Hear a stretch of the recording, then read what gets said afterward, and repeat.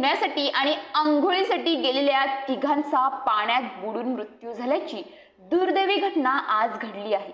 मिळालेल्या प्राथमिक माहितीनुसार 50 वर्षीय लक्ष्मी दत्तात्रय पाटील व 16 वर्षीय धीरज दत्तात्रय पाटील हे दोघेही राहणार शहापूर गंगा रोड आणि 33 वर्षीय वनिता सुदर्शन शेळके राहणार शहापूर वाफे असे एकाच कुटुंबातील तिघे शहापूर येथील वाफे भागात येणाऱ्या 32 एकर भागातील भातसा नदीवर कपडे धुण्यासाठी व अंघोळीसाठी गेले होते। या दुर्घटनेत लक्ष्मी पाटील आणि धीरज पाटील या माय लेकरांचा मृत्यू झाला आहे।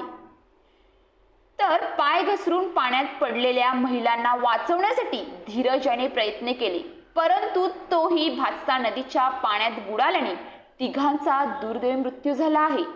या तिघांचे मृतदेह जीवरक्षक दल शहापूर यांनी पाण्यातून शोधून काढले असून त्यांना पोस्टमार्टमसाठी शहापूर उपजिल्हा रुग्णालयात पाठवण्यात आले आहे। पुढील तपास शहापूर पोलीस करत असून आई व मुलगा आणि भाची असे एकाच कुटुंबातील तिघांचा मृत्यू झाल्याने हळहळ व्यक्त होत आहे।